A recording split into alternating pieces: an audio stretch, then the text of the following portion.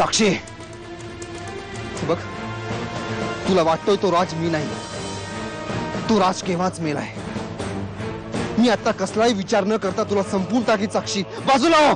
तू राज असो ना तर आणखी कोणीही असो, माझ्यासाठी आज तू फक्त एक आतंकवादी आहे। बाजूला हो साक्षी।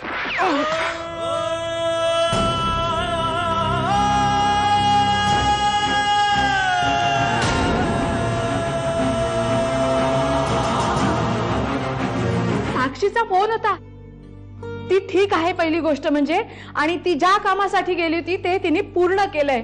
राजला अटक झालीये। चला, झालं ना तुमच्या मनासारखं? दादू, मी कठोर होऊन आपलं कर्तव्य पूर्ण करू शकले ते केवळ तुमची शिकवण होती म्हणून। आणि आता फक्त 2 महत्त्वाची कामं करायची आहेत दादू। एक म्हणजे अमोलची निर्दोष मुक्तता आणि रणधीर राजेंना अटक।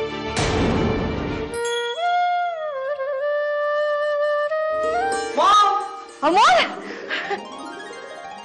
आलास? तू लॉकअप मध्ये होतास पण मला इथे चैन पडत नव्हतं। अमोलची सुटका केवळ सरपोतदार साहेबांमुळे शक्य झाली। अहो, मी फक्त माझं काम केलंय, I have done my job. आणि आत्ता कुठे त्याला जामीन झालेला आहे, पण आय अश्युअर यू लवकरात लवकर या केस मधून मी त्याची निर्दोष मुक्तता करीन। आमचा तुमच्यावर पूर्ण विश्वास आहे सरपोतदार साहेब।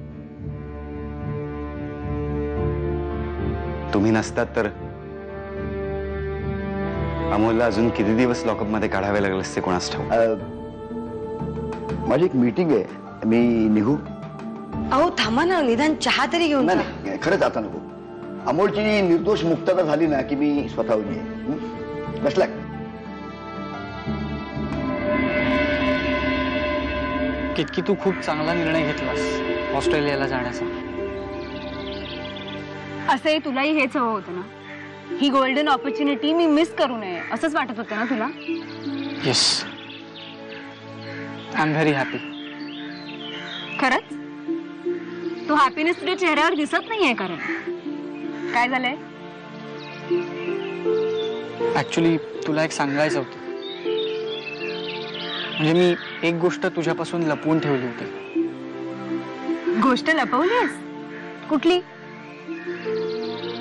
मला हिरचंदनीला ऍडमिशन घेण्याकरता तुझ्या डॅडनी पैसे दिले होते। काय? R you serious? अमोलची सुटका झाली, आनंदाची गोष्ट आहे। राहिला प्रश्न आमच्या सुटकेचा, त्यासाठी आम्ही कुणावरही दबाव आणणार नाही। मग ती देवयानी असो किंवा तिची बहीण साक्षी। आम्हाला माहिती आहे साक्षी एक कर्तव्यनिष्ठ पोलीस ऑफिसर आहे। ती जर आम्हाला अपराधी समजत असेल तर कायद्याच्या चाकोरीत बसणारी कोणतीही शिक्षा आम्ही भोगायला तयार आहोत। हा पण एका गोष्टीचं आम्हाला दुःख आहे, देवयानीने एवढा मोठा त्याग करून तिचं मुलं आम्हाला दिलं, पण त्या मुलाचा पिता होण्याचं भाग्य आमच्या नशिबात कधीच नसेल। एक सांगू अमोल, डॅड जसं वागले किंवा त्यांच्या सांगण्यावरून तू जे केलं त्याच्याबद्दल मी तुला माफ करते। असंही तुझ्या भल्यासाठी, तुझ्या चांगल्यासाठी जे काही असेल ना ते माझ्यासाठी सुद्धा चांगलंच आहे। तुझ्यासाठी ऑस्ट्रेलियाला काय अरे, मी जगातल्या कुठल्याही कोपऱ्यात जायला तयार आहे। आमची कितीही इच्छा असली तरी। नाही भैयासाहेब, असं काही होणार नाही। या बाळाचे आई वडील तुम्हीच आहात आणि शेवटपर्यंत तुम्हीच राहणार आहात। भैयासाहेब, मला माहितीये नताशाची हत्या एक सेल्फ डिफेन्स होता। तुम्ही काळजी करू नका, मी साक्षीशी बोलीन। या केसमध्ये तिच्याकडून तुम्हाला कुठलाही त्रास होणार नाही यासाठी मी नक्की प्रयत्न करेन।